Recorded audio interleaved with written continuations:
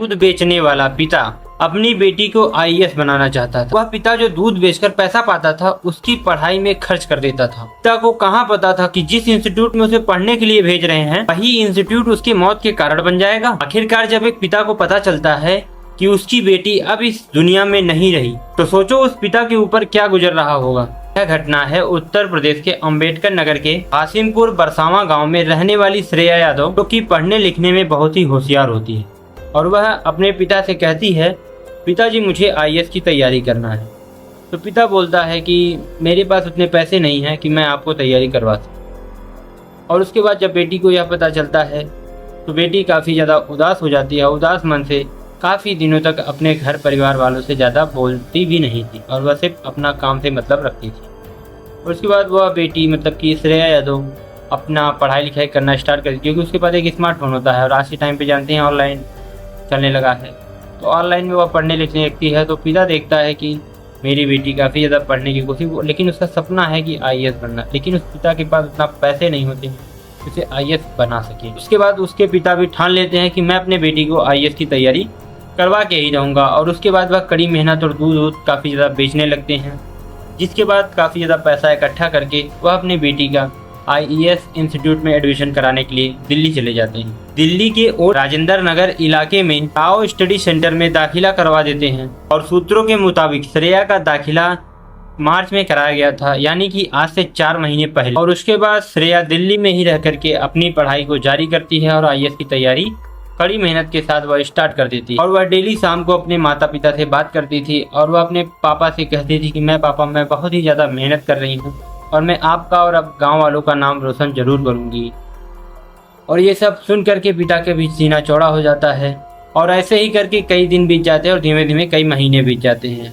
और वहीं 4 महीने बीत जाने के बाद अचानक से न्यूज पर एक खबर आती है, दिल्ली के ओल्ड राजेंद्र नगर में टाओ स्टडी सेंटर में अचानक से बेसमेंट में पानी घुस जाता है और जिसके कारण उसमें 20 से 22 छात्र फंस जाते हैं और किसी न किसी तरीके से 17 से 18 बच्चों को बाहर निकाल लिया जाता है। लेकिन 3 बच्चे ऐसे थे जिनकी वहीं पर ऑन द स्पॉट मृत्यु हो जाती है और किसी न किसी तरीके से 17 से 18 बच्चों को बाहर निकाल लिया जाता है, लेकिन 3 बच्चे ऐसे थे जिनकी वहीं पर ऑन द स्पॉट मृत्यु हो जाती है।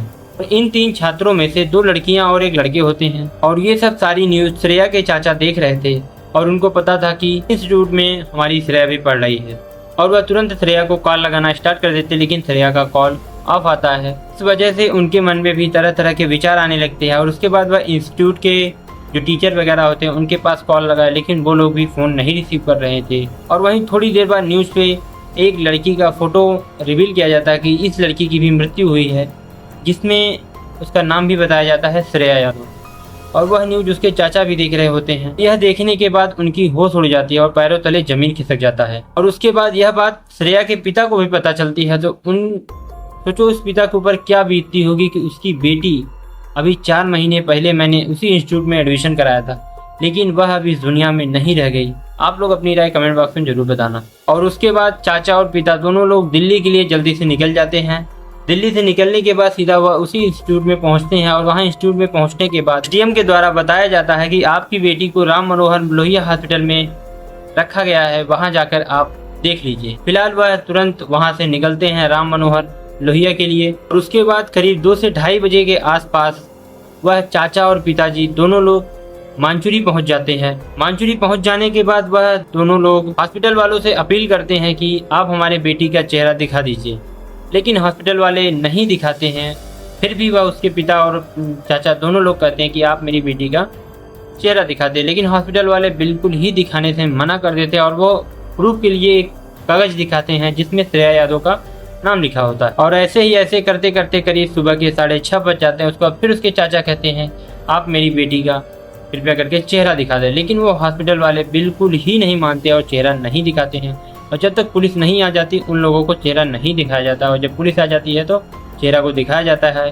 उसके बाद उस पिता और उस चाचा के ऊपर क्या बीतती है उस चेहरे देख करके आप लोग खुद गेस करिए। और उसके बाद श्रेया के चाचा कहते हैं पुलिस वालों से कि मैं इंस्टीट्यूट वालों के ऊपर एक केस करूंगा, क्योंकि उन लोगों की फुल जिम्मेदारी होती है कि मैंने अपनी जब बेटी या बच्चे को भेजा है तो उसकी रक्षा करने उनका काम होता है। लेकिन ऐसा क्या ही लापरवाही कर दी है कि जो श्रेया यादव आज इस दुनिया में नहीं रह गई।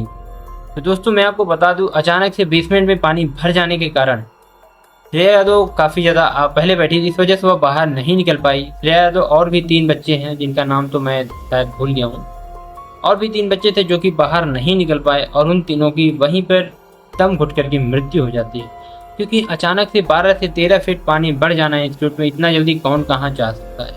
लेकिन अचानक ये आया कहाँ से पानी, इसकी न्यूज़ अभी तक मेरे पास नहीं है। जैसे ही यह न्यूज़ आती है मैं आप सभी के सामने जरूर बताने की कोशिश करूंगा।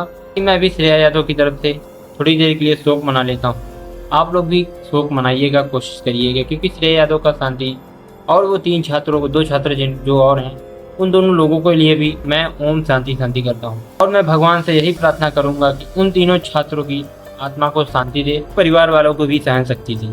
और आप लोग अपनी राय जरूर कमेंट बॉक्स में बताइएगा, क्या यहाँ पे इंस्टीट्यूट वालों को गलती थी या कोई प्राकृतिक आपदा आ गई थी, इस वजह से श्रेया यादव आज इस दुनिया में नहीं रह गई, उनका आईएएस बनने का सपना ही रह गया।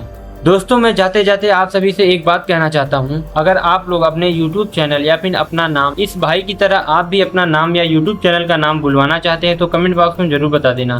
जैसा कि इस भाई ने कमेंट किया था और बोला था कि मेरा YouTube चैनल के नाम है टॉक विद हंस, ये फनी कंटेंट बनाते हैं, आप लोग इनका चैनल जाके सब्सक्राइब कर लीजिएगा, मेरे डिस्क्रिप्शन में इनका लिंक है और इनका नाम है अंश मौर्य। और अगर आप लोग भी चाहते हैं कि आपका YouTube चैनल या आपका नाम ले तो कमेंट बॉक्स में जल्दी से अपना नाम या अपने YouTube चैनल का नाम कमेंट जरूर कर देना।